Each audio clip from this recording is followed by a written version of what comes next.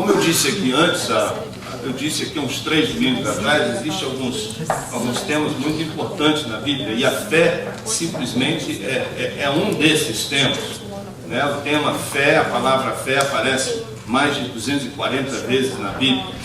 Então fé é um assunto muito importante para a nossa vida.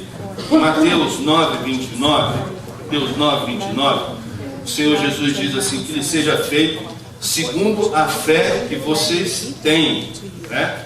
Seja feito de acordo com a fé que vocês têm. Olha que declaração que Jesus faz importante sobre a fé. Basicamente ele está dizendo assim, olha, vai acontecer segundo a sua expectativa. Em outras palavras, ele está dizendo assim, está nas tuas mãos, de acordo com a tua fé será feito, né? Então existe essa coisa de uma expectativa. O que é que você anda esperando Deus fazer na sua vida? O que é que você anda esperando Deus agir na sua vida? É isso que Jesus está dizendo. E essa coisa que você está esperando no Senhor, é isso que vai acontecer. Então eu queria que você olhasse, sondasse seu coração nesse momento e dissesse assim, o que é que eu estou esperando no Senhor? O que é que eu estou esperando o Senhor fazer na minha vida, né? E será feito segundo a sua fé. Outro versículo importante sobre fé é Hebreus 11:6. Hebreus 11:6 diz que sem fé é impossível agradar a Deus. Ele está dizendo que sem fé é difícil, que sem fé vai ser mais ou menos. Ele está dizendo que é impossível agradar a Deus, pois quem dele se aproxima precisa crer que ele existe e que recompensa aqueles que o buscam. Ou seja, Deus ele é como um pai para nós. A Bíblia diz que ele é o nosso Pai Celestial. E qual é o pai que não se agrada quando o filho confia no seu pai? Qual é o pai que não se agrada? Todo pai se agrada quando o filho confia nele. É a mesma coisa o nosso Pai Celestial. Ele se agrada quando você e eu confiamos nele, ok? Então é interessante que muitas coisas podem ser feitas, né, sem fé. Você pode obedecer sem fé, você pode dar sem fé, você pode servir sem fé, você pode cantar e tocar na igreja sem fé. E o que acontece? Quando a gente faz sem fé, não agrada a Deus, né? Então é importante a fé. Aliás, Romanos 14 diz que tudo o que não provém da fé olha aí, tudo que não provém da fé é pecado. Portanto, aprender a viver pela fé é algo importantíssimo para as nossas vidas, ok? É tão importante que em Lucas 17:5, é o tema-chave da nossa mensagem de hoje. Lucas 17:5 os discípulos, os apóstolos chegaram para Jesus e disse: Senhor, aumenta a nossa fé. Olha o pedido que eles fazem. Eles dizem: Senhor, aumenta a nossa fé. E aí, no decorrer do discurso de Jesus para eles, Jesus diz assim: se tiveres fé do tamanho de um grão de mostarda, dirás a esse monte: lança-te no mar e será feito. Então Jesus vai dizendo que a fé é algo importante, e eles pedem isso. Eles pedem para Deus aumentar a fé deles. Gente, eu quero ter mais fé. Olhando para esses versículos que nós acabamos de ver, que o que Jesus diz: seja feito segundo a tua fé, né? Que sem fé é impossível agradar a Deus. Eu não sei você, mas eu quero mais fé. Quem quer mais fé? Quem quer mais fé? Ok. Então aí a pergunta é: como é que Deus faz para que a minha fé cresça? Como é que Deus faz para a minha fé crescer? Bom, o que eu vou dizer para vocês talvez não seja o que você queira ou espera ouvir, mas é o que a palavra de Deus diz. E Deus, veja comigo em Tiago, capítulo 1, verso 3. Deus ele constrói a nossa fé através de provas, através de provações, através de testes, né? Ele coloca a nossa fé à prova. A fé ela é como um músculo. Ela é como um músculo no seu corpo. Sabe que o músculo que não exercita, o que acontece com ele? Ele atrofia. Ele vai atrofiando, e quanto mais velho a gente vai ficando, mais atrofiado a gente vai perdendo massa muscular se não exercitar. Não é isso? Então, como é que faz para o músculo crescer? Você tem que exercitar. E nada mais, nada menos, o exercício é colocar estresse no músculo. Você coloca estresse no músculo, ele cresce. Deus coloca estresse na nossa vida. E adivinha o que cresce? A nossa fé. A nossa fé, ela cresce através dos estresses que acontecem na nossa vida. Tiago diz assim, olha, I'm not kidding, estou dizendo a verdade. Tiago 1,3 diz assim: a prova da sua fé produz perseverança, a fim de que vocês sejam maduros e íntegros. Ou seja, as provações elas vêm e geram essa perseverança e maturidade. Olha que bacana. Quem quer mais estresse aqui hoje? Você não quer mais fé? O povo indecidido. Em Jó, capítulo 7, 17 e 18. Anota esse versículo, Jó 7, 17 e 18. Jó diz assim: que é o homem para que lhes dê importância e atenção? Ele está perguntando claramente aqui qual é a significância que o homem tem para ti, Senhor. Ele diz que é o homem para que lhe dê importância e atenção, para que o examines a cada manhã e o proves a cada instante. Já tinha lido isso antes? Deus examina e prova você a cada instante. Todos os momentos da sua vida, Deus está nos colocando à prova. Nesse exato momento, Deus está colocando à prova. Você sabia disso? Você teve a semana inteira que passou de provas. A semana inteira que está começando agora vai ser de provas. Porque o texto diz aqui que Ele nos prova a cada instante. Ou seja, você vai ter muitas oportunidades para crescer na fé essa semana. Vai ter muitas oportunidades, né? Agora, o problema é que a maioria das pessoas são reprovadas no teste porque elas nem sabem que estão sendo testadas. Elas nem sabem que estão tendo provas e aí já entra reprovado.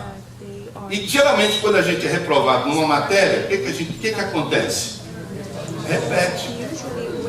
Você repete a classe, repete a lição, né? E só passa de ano depois que é o quê? Aprovado. Preste atenção então para ser aprovado logo de primeira, né? Então é isso. Então Deus quer que eu e você aprendamos a viver pela fé.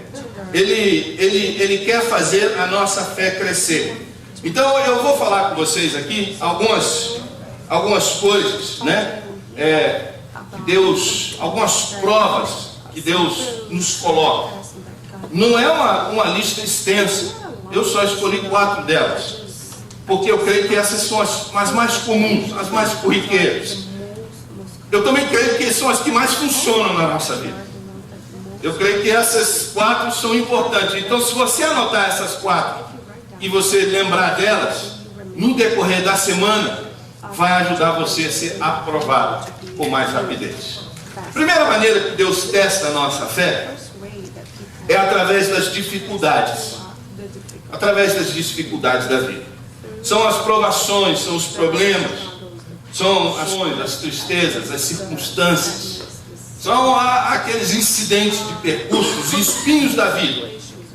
E aí em 1 Pedro capítulo 1, verso 6, ele diz assim: ainda que agora, por um pouco de tempo, devam ser entristecidos por todo tipo de provação, mas ele diz assim: assim acontece para que fique comprovado que a fé que você tem é mais valiosa do que o ouro que perece, mesmo que refinado pelo fogo, é genuína e resultará em louvor, glória e honra quando Jesus Cristo for revelado. Ou seja, ele está dizendo aqui que as provas e os problemas, e as dificuldades que você enfrentou a semana passada, ou tem enfrentado nos últimos dias, ou vai enfrentar daqui para frente, elas são provas para que elas surgem na sua vida para testar e provar a sua fé. Então Deus está provando, Ele está usando dessas circunstâncias para provar a sua fé. Se você é de Jesus Cristo, e quando eu digo você é de Jesus Cristo, é se você tem Jesus como Senhor e Salvador da sua vida. Há várias promessas na Bíblia que diz que nada acontece na sua vida por acaso. Nada acontece na sua vida. Tudo tem um propósito. Deus está trabalhando num propósito. Nada acontece por acaso. A gente tem que entender que nem tudo que acontece é Deus que faz. Nós não podemos dizer assim que algo terrível que aconteceu na sua vida foi Deus que fez. Porque Deus, Ele não é o autor do mal. Ele não tenta, quem tenta é o diabo, né? Mas se a tua vida está nas mãos de Deus, então tudo que acontece com você passa pelo filtro da graça e da misericórdia de Deus. Ok? Então entenda isso. Coisas que aconteceram na sua vida que foram terríveis, não foi Deus que fez. A verdade é que muitas coisas que acontecem na nossa vida, o culpado, quem é? Nós mesmos. Nós causamos muitas dores, né? Muitos problemas para nós mesmos. Então, nós somos, na maioria das vezes, culpados. Ok? Algumas vezes, outras pessoas causam dores e muitas frustrações na nossa vida. Então os problemas podem vir daí também, os espinhos vêm daí. Nós vivemos num mundo de pecado, num mundo que é contaminado pelo pecado, habitado por pecadores que às vezes causam muitas dores em nós. Então vem daí. Mas também tem algumas situações, alguns problemas que o próprio Deus traz para a nossa vida. Tem algumas tempestades que é o próprio Senhor que traz. Lembra de Jonas? Lembra? Na história tem um homem na Bíblia chamado Jonas. E Deus teve que trazer uma tempestade, literalmente, na vida dele, porque ele estava andando em desobediência ao Senhor. E Deus teve que trazer uma tempestade terrível. E não só Deus trouxe uma tempestade terrível na vida dele, como Deus também trouxe um grande peixe para engolir ele. Como se a coisa, né? Senhor, pior do que isso não pode ficar. Não, pode sim. Deus mandou lançar, foi lançado dentro do mar, e dentro do mar Deus mandou um peixe engolir ele. E engoliu ele vivo. Mas aí o texto lá em Jonas, capítulo 2, verso 7, ele diz que quando a minha vida já se apagava, eu me lembrei de ti, Senhor. E aí eu fico pensando assim, muitas vezes é igualzinho a mim e a você, que só quando os problemas nos engolem vivo é que a gente se lembra que Deus existe. Só quando os problemas vêm sobre a nossa vida e a gente se sente literalmente envolvido e todo naquele emaranhado de problema, de dor e tudo, que a gente diz, meu Deus, tem misericórdia de mim. Até então a gente nunca orou, nunca pediu para orar, nunca buscou a Bíblia, nunca quis saber de nada de Deus, mas quando a coisa aperta, aí a gente diz, meu Deus. Foi o que aconteceu com Jonas. Muitas vezes nós somos como ele, né? Mas se você é do Senhor, saiba que todas essas coisas, elas estão debaixo da graça e do filtro do amor de Deus, ok? E Deus usa esses tipos de coisas para testar a nossa fé, né? Todas as provações. Tem um texto muito bacana que é bom a gente saber, Isaías 48:10. Anota esse texto, Isaías 48:10. É bom saber que esse verso existe, para que a gente possa meditar nele quando estiver passando por momentos difíceis. Isaías 48:10 diz assim: olha, veja, eu refinei você, embora não como prata, eu o provei na fornalha da aflição. Sabia que tinha esse verso aqui? Pois é. Ele diz: eu o refinei na fornalha da aflição. Eu o provei na fornalha da aflição. E aonde que acontece? Aonde que é a fornalha da aflição?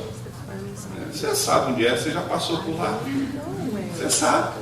É onde o calor aumenta, né? É onde a gente não consegue dormir. É onde a gente não consegue enxergar a luz no fim do túnel. Aí é a fornalha da aflição. E é aí que Deus está provando a tua fé. Provavelmente você está numa fornalha agorinha mesmo. Provavelmente você está aí, né? Então, a palavra de Deus diz que é a fornalha do ourives. É onde o fogo é tão alto que as impurezas começam a sair fora. Interessante que uma vez um jovem perguntou para o ourives como é que ele sabia que a prata estava pura, estava limpa, pronta para ser usada. O ourives falou assim: quando eu consigo ver o meu reflexo na prata, aí eu sei que as impurezas já saíram. Às vezes é a mesma coisa. Deus precisa ver, quando Deus consegue ver o reflexo dele na nossa vida, aí ele diz: agora eu sei que as impurezas da sua vida foram postas para fora, posso te usar, né? Então, queridos, a palavra de Deus diz que Deus nos prova o tempo todo, aonde? Na fornalha da aflição. O que é que eu devo fazer quando eu estou na fornalha da aflição? Como é que eu devo reagir na fornalha da aflição? A palavra de Deus diz em Tiago, capítulo 1, versos 2 e 4. Considere motivos de grande alegria o fato de passarem por diversas provações. Tem coisas que eu acho que eu não gostaria que tivesse na Bíblia, irmãos. Tem coisas que eu gostaria que não tivesse lá. Preciso ser sincero, quando eu leio isso aqui e eu pergunto para Deus: Deus, o que é preciso fazer na fornalha da aflição? Ele diz assim: alegre-se. Alegre-se. Em outras palavras, ele diz assim: relax, descanse, vá dormir, vá deitar, fique tranquilo. Ele está dizendo aqui: o que é que eu devo fazer? Considere motivo de grande alegria o fato de passarem por diversas, não são uma nem duas, diversas provações, pois vocês sabem que a prova da sua fé produz perseverança, e a perseverança deve ter ação completa, a fim de que vocês sejam maduros e íntegros, sem lhe faltar coisa alguma. Tiago está dizendo assim, que quando o calor aumentar na fornalha, ele diz: alegre-se. Alegre-se. Quando você estiver passando por problemas e dificuldades, descanse. Descanse. Por quê? O pastor citou aqui, Tiago, ainda na sequência, no verso 12, ele diz assim: feliz é o homem que persevera na provação, porque depois de aprovado, receberá a coroa da vida, que o Senhor tem prometido a todos aqueles que esperam, que são fiéis a Ele, que andam na presença dEle até o fim, queridos. Então, queridos, porque tem recompensa. Deus está dizendo assim: descanse, alegre-se, porque tem recompensa para você. Descanse, porque eu estou trabalhando na situação. Quando a palavra de Deus diz assim, que Ele quer que a gente se alegre, não é porque estamos passando pelo problema. Você não deve ser agradecido porque uma desgraça aconteceu na sua vida, porque uma coisa pecaminosa tem tirado a sua paz, ou porque uma besteira que você fez estragou todo o sonho que você tinha. Ele está dizendo, não é para você agradecer por isso, agradeça nisso, porque nem nisso Deus está trabalhando a teu favor. Saiba que Deus, Ele está por detrás dos bastidores, trabalhando em coisas que você nem consegue ver. Ele diz, então nisso você se alegra no Senhor, se alegra na confiança de que Ele vai fazer com que as coisas dê certo. Espera com alegria na presença do Senhor. Então a primeira lição aqui da nossa fé é que se eu quiser aprender a viver pela fé, eu preciso aprender a descansar no Senhor na hora da provação. Segunda coisa que nós aprendemos, vamos falar aqui hoje, é que Deus testa a nossa fé através de ordenanças. Deus testa a nossa fé através de ordenanças. Cantamos essa canção, Bendito Serei. Essa canção é linda, porque expressa exatamente esse ponto que nós vamos falar aqui agora. Essas ordenanças é quando Deus pede para você fazer alguma coisa que é aparentemente impossível fazer. Por exemplo, ele diz, quando estiver passando por provações, alegre-se. Gente, como é difícil fazer isso? Isso não é fácil. Tem ordenanças que você olha assim, Senhor, não faz sentido. Não faz nenhum sentido isso que o Senhor está me pedindo. Deus diz assim, perdoe quem tem lhe machucado. É fácil perdoar quem nos machuca? É fácil perdoar quem esculhambou com o seu nome? É fácil. Mas ele diz assim, faça isso. São ordenanças que Deus coloca sobre nossas vidas. E Deus, quando Ele coloca uma ordenança sobre nossas vidas, Ele está nos testando, Ele está nos provando, Ele está nos observando para ver se a nossa fé vai ser aprovada. Então tem ordenanças que Deus diz, nos manda fazer, que são totalmente contrárias à razão, mas elas estão lá para testar a nossa fé. Quando ele diz assim, não ande ansiosos por coisa alguma. É fácil? Quem aqui nunca lutou com ansiosidade? Quem aqui nunca ficou preocupado com alguma coisa? Quem nunca ficou, joga a primeira pedra, vai embora.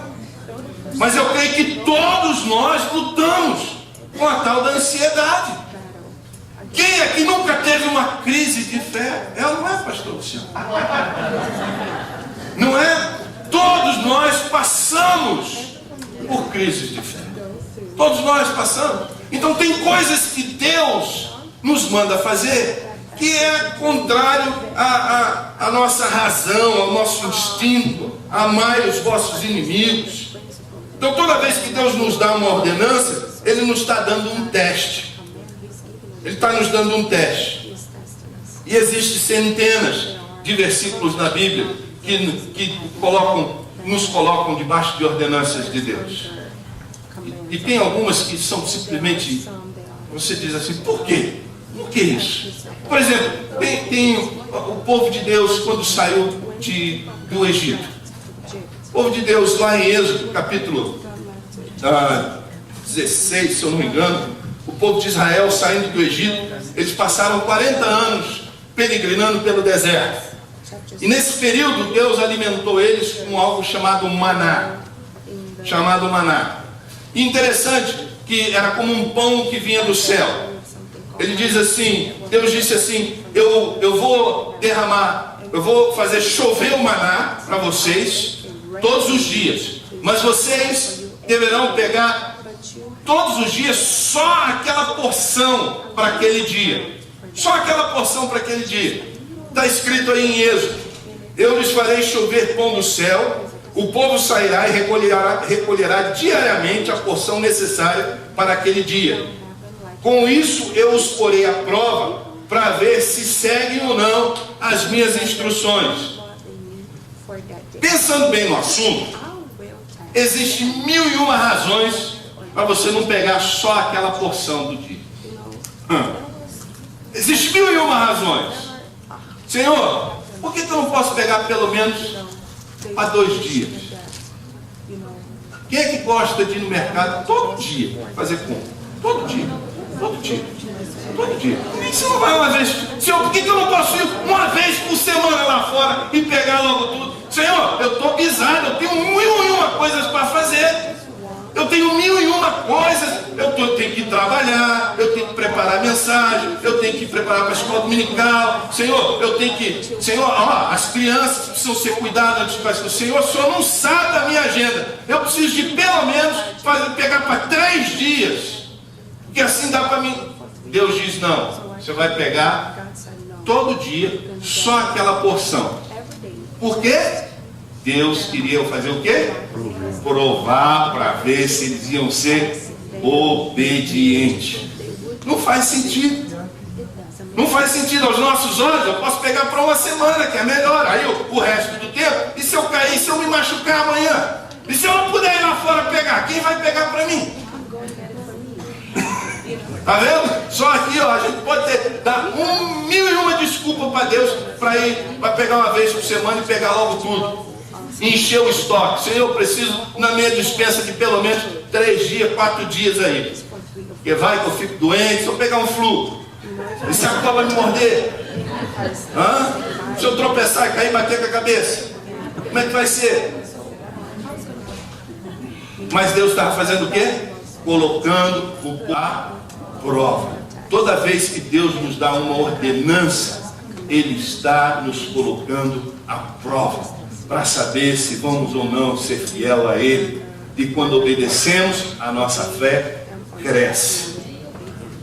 Hebreus 11:8 diz que pela fé Abraão obedeceu e foi com o Senhor. Ele não sabia. Quando Deus disse para ele assim: Abraão, sai do meio da tua terra, sai da tua terra, do meio da tua parentela e vem para uma terra que eu vou te mostrar. O texto diz que Abraão ouviu, ele creu e foi. Agora, e se fosse você? Deus, para onde o Senhor quer me levar? Deixa eu ver no GPS, deixa eu ver no Google, aonde que é. Deixa eu lá ver as escolas, se tem escolas boas para meus filhos lá naquele lugar.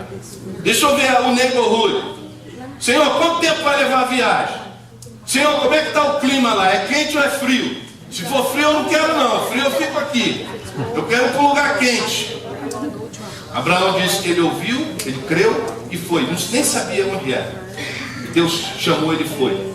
Quando Deus nos coloca uma ordenança, é porque Ele está testando a tua fé. A Noé, Deus disse: constrói uma arca, Noé. Noé ficou assim. Pô, Noé morava no deserto. Nunca tinha visto o mar na vida. A Bíblia diz que nunca havia chovido. A terra era irrigada por baixo. Os springs de água, as fontes de água irrigavam a terra. E o orvalho irrigava a terra também. Noé nunca tinha visto chuva na vida. E Deus diz para ele: Noé, constrói uma arca, porque eu vou inundar tudo isso aqui. E Noé ficou assim: como assim? Se fosse eu e você, eu falava: mas como assim? Não tem mar, não tem rio, chuva. O que é chuva? Eu nunca vi chuva.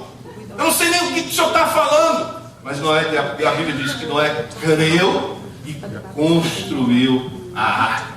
Obediência. Ele não sabia como Deus ia fazer. Ele não entendia tudo. Ele só entendia que Deus, ele só entendeu que Deus mandou ele construir a arca.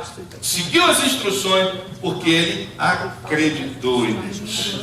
Quando Deus nos dá uma ordenança, é porque Ele está testando a nossa fé, porque Ele quer aumentar a nossa fé. Terceira coisa que Deus, terceiro teste que Deus faz na nossa vida é com o dinheiro. Deus testa a nossa vida, a nossa fé com dinheiro. Você sabia que o dinheiro é uma das provas, é uma das maiores provas de fé na sua vida? Você sabia disso? Que o dinheiro é uma das maiores provas de fé na sua vida e na minha vida. E poucas pessoas entendem como Deus prova a nossa fé com os nossos bens materiais. Poucas pessoas entendem. Para muitas pessoas o dinheiro é só uma questão pessoal. Deus não tem nada a ver com isso. o dinheiro é meu e isso é entre eu e Deus, entendeu? Mas eles não têm ideia de que Deus está testando eles quando eles se endividam. Deus está testando eles quando Deus chama eles para darem. Deus está testando ele em todas as áreas da vida dele com questão financeira. Porque o dinheiro, ele é um teste da nossa fé. Ele é um teste de Deus na nossa vida. Em Lucas capítulo 16, verso 11, Jesus disse assim: olha, se vocês não forem dignos de confiança em lidar com as riquezas desse mundo, as riquezas desse mundo é dinheiro. É dinheiro, é dólar, né? Não é nem real, é dólar. Dólar fala, né? Então é isso. Ele está dizendo, se você não for digno de confiança em lidar com dinheiro, quem lhe confiará as verdadeiras riquezas? Ou seja, ele está dizendo que tem uma riqueza que é maior do que o dólar, e é maior do que o ouro. O que é que Jesus está falando aqui? Ele está dizendo, na verdade, que ele está falando uma coisa que é ensinada por toda a Escritura, que nós vamos receber aquilo, nós vamos receber de Deus aquilo que nós somos dignos de confiança de receber. Se nós não formos dignos de confiança de lidar com o nosso dinheiro, que esse dinheiro ele é uma relação direta do nosso coração com as coisas de Deus, ele diz assim, como é que eu vou confiar em você com coisas muito mais importantes? Se você não é digno de confiança com dinheiro, como você vai ser digno de confiança de coisas espirituais, de coisas mais importantes do que o dinheiro? Ou seja, ele está dizendo que se eu não for fiel com dinheiro, eu não vou ser fiel com outras coisas. Deus então não vai me dar outras coisas. Deus não vai me dar outras coisas. Jesus disse que se eu não for fiel, esquece. E, aliás, algumas pessoas acham, pastor, para de falar de dinheiro, não fala de dinheiro. Fala de fé, fala de esperança.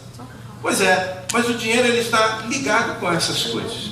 Porque Jesus diz assim, olha, lê comigo em Mateus 6, 21. Onde estiver o seu tesouro, aí estará o seu coração. Olha comigo em 1 Timóteo 6, 10. O amor ao dinheiro é o quê? A raiz de todos os males. Não é isso, queridos? Lucas 18, 23. Capítulo 18, do verso 28 ao 23, está lá registrada o evento que aconteceu com o jovem rico que encontrou com Jesus. E ele começa falando com Jesus uma questão muito espiritual. Ele chega para Jesus e ele diz assim, bom mestre, o que eu preciso fazer para herdar a vida eterna? Olha que pergunta maravilhosa. Todo pastor ama uma pergunta como essa. Pastor, o que eu preciso fazer para herdar a vida eterna? Você está aqui, meu filho, eu vou explicar para você o plano da salvação. E esse jovem rico, ele faz essa pergunta. Ele faz essa pergunta, como é que eu faço para ir para o céu, Senhor? E aí o texto vai dizendo, Jesus disse para ele, você conhece as Escrituras, os mandamentos? E ele enche o peito para dizer assim, eu conheço todos esses aí, eu obedeço desde de moleque, desde pequeno. Aí Jesus diz assim, mas está faltando uma coisa. Aí Jesus toca naquele nervo, que vai do coração até o bolso. Aí Jesus diz assim, falta uma coisa. Vende tudo que você tem, dê aos pobres, siga-me e aí você vai ter uma herança no céu.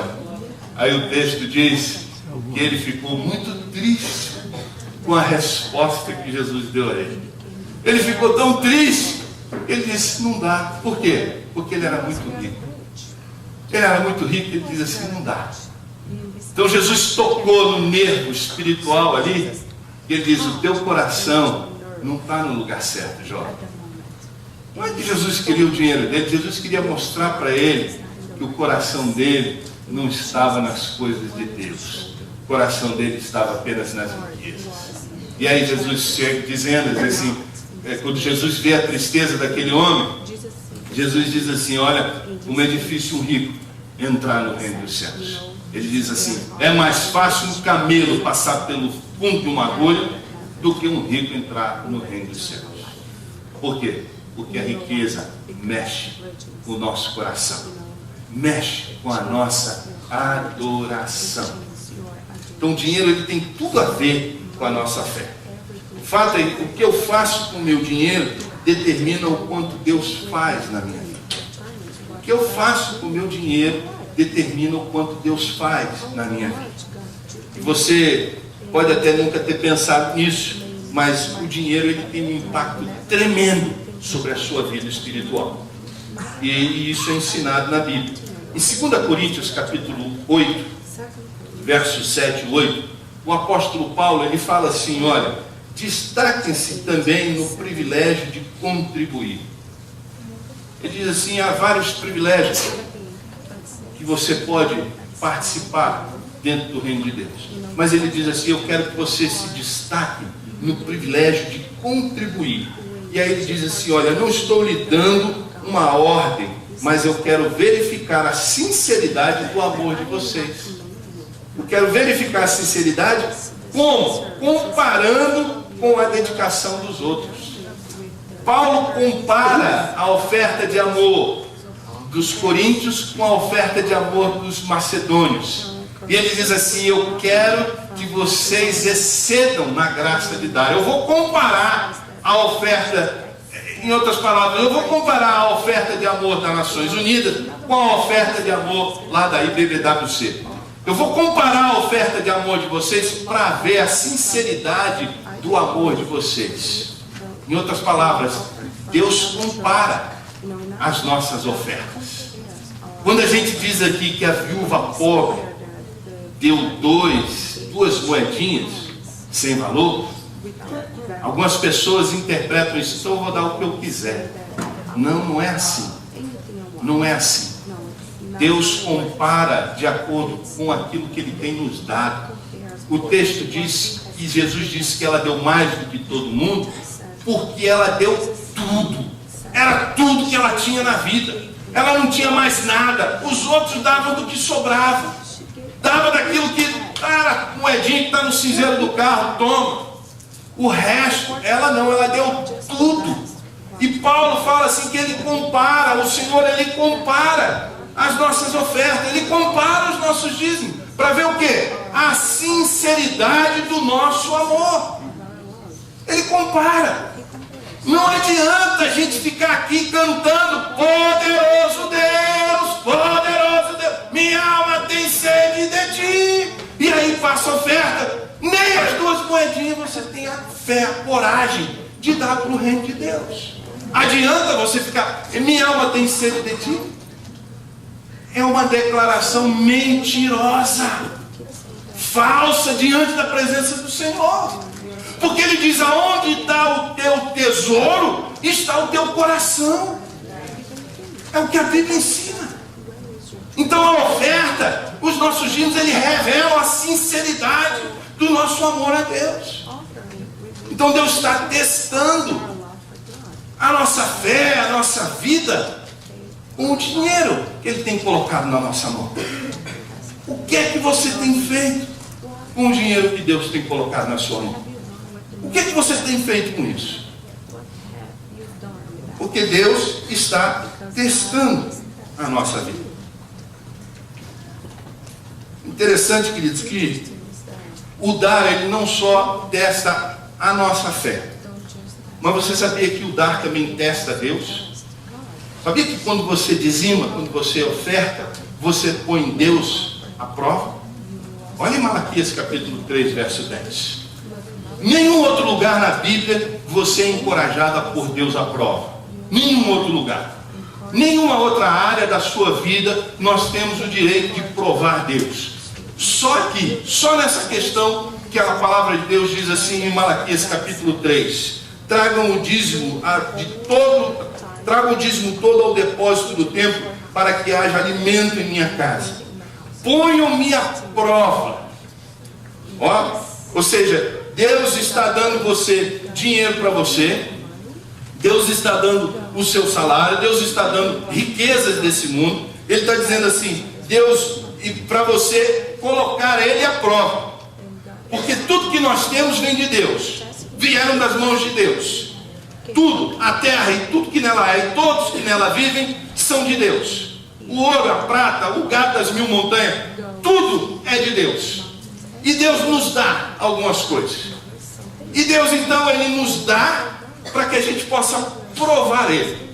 Como é que a gente prova Ele? Ele diz assim, olha, trazendo os dízimos ao depósito do templo. Trazendo os dízimos ao templo. Diz o Senhor dos Exércitos: e veja se não vou abrir as portas, as comportas do céu e derramar sobre vocês tanta bênção que nem terão onde guardá-las. Deus coloca um desafio. Em outras palavras, Ele está dizendo assim: vamos ver quem dá mais. Lembra da história da menininha de semana passada no armazém? Que ela não queria meter a mão na jarra? E a mãe perguntou para ela: minha filha, por que você não mete a mão na jarra? O dono do armazém está dizendo para você meter a mão na jarra e pegar doce. Ela ficou quieta, não falou nada. E ele disse: minha filha, por que você não mete a mão lá? Ela disse assim: porque a mão dele é maior do que a minha. Toda vez que ele mete a mão lá e tira mais, ele tira mais do que eu. E é assim que Deus faz. Deus está fazendo, em outras palavras, um teste com você e Ele. Você me testa e eu vou te testar. Eu vou dar e agora eu quero ver que você me teste também. É isso que Ele está dizendo. Então, vamos ver quem dá mais. Eu desafio você a testar Deus nessa área da sua vida. E quero ver se Deus não vai ser fiel para cumprir com a sua promessa. Duvido você testar Deus para ver se Ele não vai ser fiel com as suas promessas. Queridos, Deus testa a nossa vida, a nossa fé, através do dinheiro. Quarto e último, para a gente ir embora. Deus testa a nossa fé, nos fazendo esperar. A espera é um teste. A espera é um teste. Eu não sei você, mas eu odeio esperar. Eu detesto esperar. A gente não gosta de esperar no trânsito. A gente não gosta de esperar no médico. A gente não gosta de esperar na fila do banco. A gente não gosta de esperar em lugar nenhum. Muito menos quando o the heat is on, quando a fornalha está acesa. A gente não gosta de esperar. Quando a coisa está apertada, quando as frustrações e as lutas estão intensas, a gente não gosta de esperar. A gente quer que a coisa se resolva assim, ó. Mas, queridos, se Deus respondesse às nossas orações de imediato, a gente não ia precisar de fé. A verdade, a gente nem vinha ao culto de oração, viu, pastor? Mandava um recado, um text message: ora por mim aí, eu vou estar busy aqui fazendo umas 3 casas de noite, não vai dar para mim estar aí no culto. Ora por mim. Pronto, resolvido. Vai precisar de fé para quê? Mas Deus nos faz esperar para que a nossa fé cresça. Que a nossa fé cresça. Queridos, olha o texto de Isaías 64:4. Deus age em favor daqueles que esperam por Ele. Deus age em favor daqueles que esperam por Ele. Ou seja, vale a pena ser paciente. Vale a pena esperar na presença do Senhor. Enquanto você espera, Deus está trabalhando. Você está esperando, mas Deus está trabalhando. Deus está agindo nos bastidores. Deus está trabalhando no coração de pessoas que você nem conhece. Deus está fazendo coisas que você nem sonha que Ele pode fazer. Mas Ele está agindo em favor daqueles que esperam por Ele. Vale a pena esperar. Vale a pena esperar. Uma lição aqui, queridos, é que se eu quiser realmente crescer, eu preciso aprender a esperar, eu preciso aprender a ser paciente, eu preciso aprender a confiar no agir de Deus, mesmo quando eu não estiver vendo as coisas acontecerem do jeito que eu quero. Porque Deus prometeu que Ele vai agir em favor daqueles que esperam por Ele. Então, queridos, antes de ir para casa, eu vou voltar lá para a primeira pergunta. Lá para a primeira pergunta. Agora você já sabe como Deus faz para crescer a sua fé. Quem quer aumentar a sua fé? Quem quer ter mais fé? Os discípulos disseram: Senhor, aumenta a minha fé. Aumenta a nossa fé. Queridos, então, se esse é o teu desejo, Alguns de vocês vão precisar orar. Vão precisar orar porque as dificuldades e as lutas, elas estão grandes demais na sua vida. Então você vai precisar orar de maneira específica aqui hoje. E antes de sair eu vou dar essa oportunidade para que a gente possa orar especificamente. Alguns de vocês estão passando por momentos extremamente difíceis hoje. Só Deus sabe como você chegou aqui hoje. As lutas, as dificuldades. Mas você precisa saber que você não está sozinho. Você não está sozinho. Deus prometeu que Ele jamais te deixaria, que Ele jamais te abandonaria e que Ele está com você nesse momento difícil. Você precisa dizer: Pai, me ajuda a aprender a ser alegre. Ele diz: alegrai-vos sempre no Senhor. Você precisa orar isso. Você precisa dizer: Senhor, me ajuda a ser alegre. Não pelas circunstâncias, mas porque o Senhor está trabalhando na minha vida. Eu sei que eu não estou sozinho. Alguns de vocês que está sendo testado através de ordenanças. Tem coisas que você sabe que você precisa fazer. Deus já disse para você fazer e você ainda não fez. Você anda procrastinando, você anda debatendo, você anda argumentando. E hoje é o dia de você orar e dizer: Deus, me dê força e graça para fazer segundo a tua palavra. Talvez seja algo que esteja no seu coração, alguém que você precisa perdoar, uma mágoa que você precisa abrir mão disso. E hoje Deus está dizendo: eu quero que você perdoe. Perdoe. Isso é um mandamento de Deus. Perdoa. Abre mão disso. Deixa o milagre acontecer no seu coração. Deixe Deus ser Deus na sua vida. Você precisa orar: Senhor, me ajuda a obedecer imediatamente. Não é a próxima semana, não é, é agora. Agora é a hora de você ouvir. Talvez Deus esteja testando a sua fé através do dinheiro. Nós falamos hoje sobre o que a Bíblia ensina a respeito disso. Você fica dizendo: Deus, mas está tão difícil as coisas. Eu pago as contas e não sobra nada. Primeiro, Deus não é Deus de sobra, Ele é Deus de primícias. Coloca Deus no primeiro item do teu orçamento. Dê a Deus o que é de Deus. Dê a César o que é de César. Porque se você não colocar Deus em primeiro lugar nas suas finanças, Deus não vai fazer sobrar. Confie em Deus. Comece a ser dizimista. E dizimista não é 1%, não é 2%, não é 5%. A Bíblia diz que o dízimo é 10% de tudo que o homem recebe, de tudo que você ganha. Dê a Deus o que é de Deus. Não toque nas coisas de Deus. Deixe Deus abençoar os 90% que fica nas tuas mãos. Mas não fique com 100% amaldiçoado. Porque não vai valer a pena.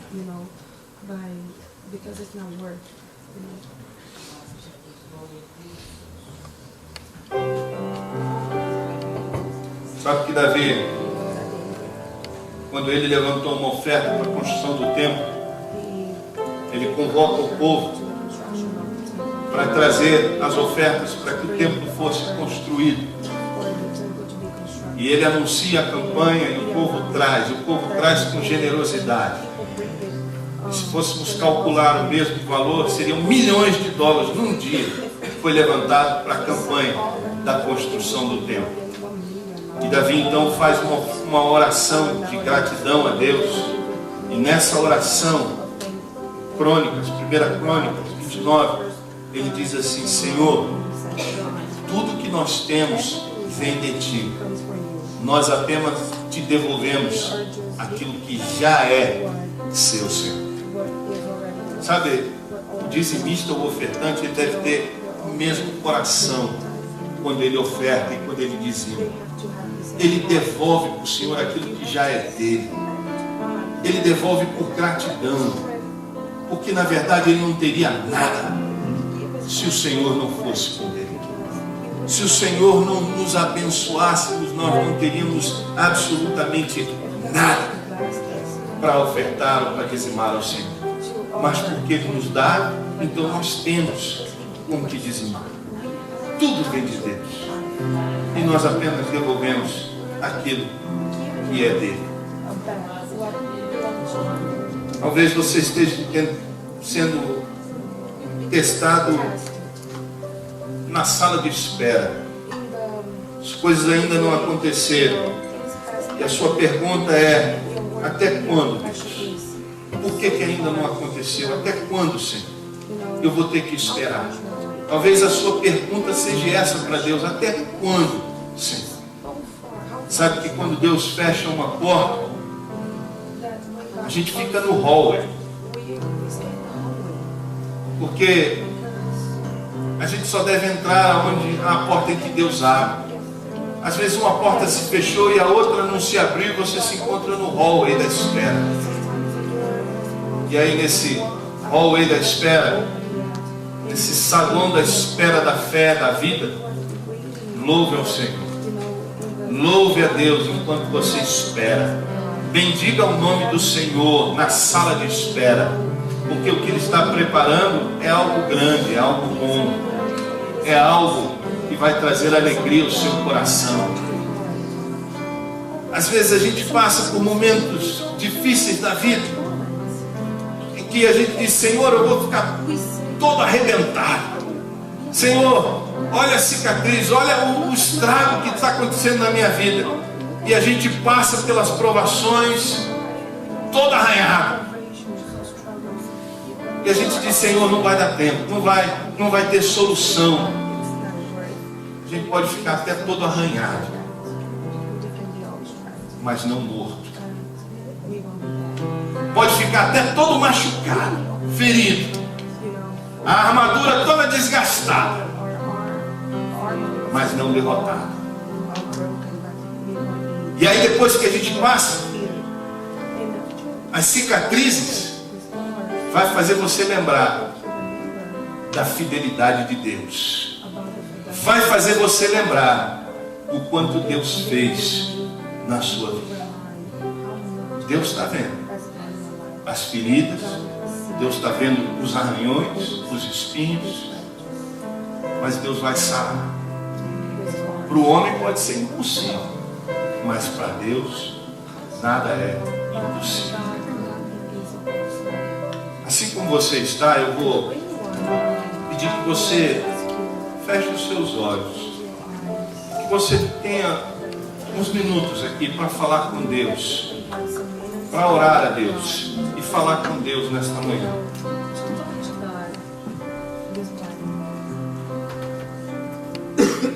Talvez nesta manhã você precise orar pedindo a Deus para Ele te ajudar a ser alegre nessa circunstância que você está vivendo hoje. Você diz: Pai, pela fé eu vou começar a me alegrar no Senhor. Não importa o que aconteça, Senhor, eu vou me alegrar porque eu sei que o Senhor está no controle de todas as coisas. Eu quero descansar, Senhor, na Tua graça e na Tua misericórdia. Traz a alegria, Senhor, da Tua salvação em meu coração. Tira os meus olhos, Senhor, desses problemas e coloca os meus olhos, Senhor, e o meu coração nas Tuas promessas. Talvez você está aqui nesta manhã e precisa orar, dizendo: Pai, eu vou começar a obedecer o Senhor imediatamente. Quando eu ler algo na Sua palavra, quando eu ouvir algo aqui na igreja, ou através do rádio, ou talvez através de qualquer outro meio de comunicação, que eu ouvir a Tua voz e o Teu Espírito falar ao meu coração, Senhor, eu vou obedecer. Eu vou obedecer pela fé, Senhor. Eu não vou mais procrastinar, eu não vou mais retardar, e pela fé, Senhor, eu vou agir, e eu vou confiar, ó Deus querido, que o Senhor é que trará o resultado nas coisas. Eu vou confiar na Tua palavra, Senhor, eu vou confiar na Tua graça e na Tua misericórdia. Eu vou agir, Senhor. A partir de hoje, Senhor, Tu disseste para mim, eu já digo amém, Senhor. Assim eu farei. Talvez você precise orar nesta manhã, dizendo para Deus: Pai, eu vou começar a dar generosamente para a tua obra. Conte comigo, Senhor. Conte comigo. Eu quero que o Senhor conte comigo. De hoje em diante, Senhor, eu serei um contribuinte, Senhor. De hoje em diante eu vou confiar, ó Deus, na tua palavra. Eu serei dizimista. De hoje em diante, Senhor, eu vou dizer, como Davi disse, que tudo vem de ti e eu apenas te devolverei o que vem das tuas mãos, ó Deus. Me dê graça, ó Deus querido. Me dê graça e não deixe, Senhor, o meu coração se desviar da tua verdade, Senhor. Ou talvez a sua oração deva ser: Pai, pela fé eu vou começar a esperar pacientemente. Pela fé, Senhor, eu vou abrir mão de resmungar, eu vou abrir mão de reclamar, Senhor. Eu não sei quando a resposta vai vir, ó Deus. Eu não sei quando o milagre vai acontecer. Eu nem sei como é que o Senhor vai resolver tudo isso. Mas pela fé, eu sei que eu posso confiar em Ti, Senhor. E pela fé eu vou começar a esperar com paciência. Pela fé eu vou começar a Te louvar e a Te bendizer, Senhor. Senhor, eu vou glorificar o Teu nome, Deus. Amado irmão, se nesse momento você fez essa oração da fé, eu te digo que Deus nesse momento está alegre, porque Deus quer fazer a tua fé crescer. Deus quer ver você sendo uma pessoa madura e não lhe faltando nada na tua fé. Deus nesse momento se alegra com aqueles que oraram pela fé nesta manhã.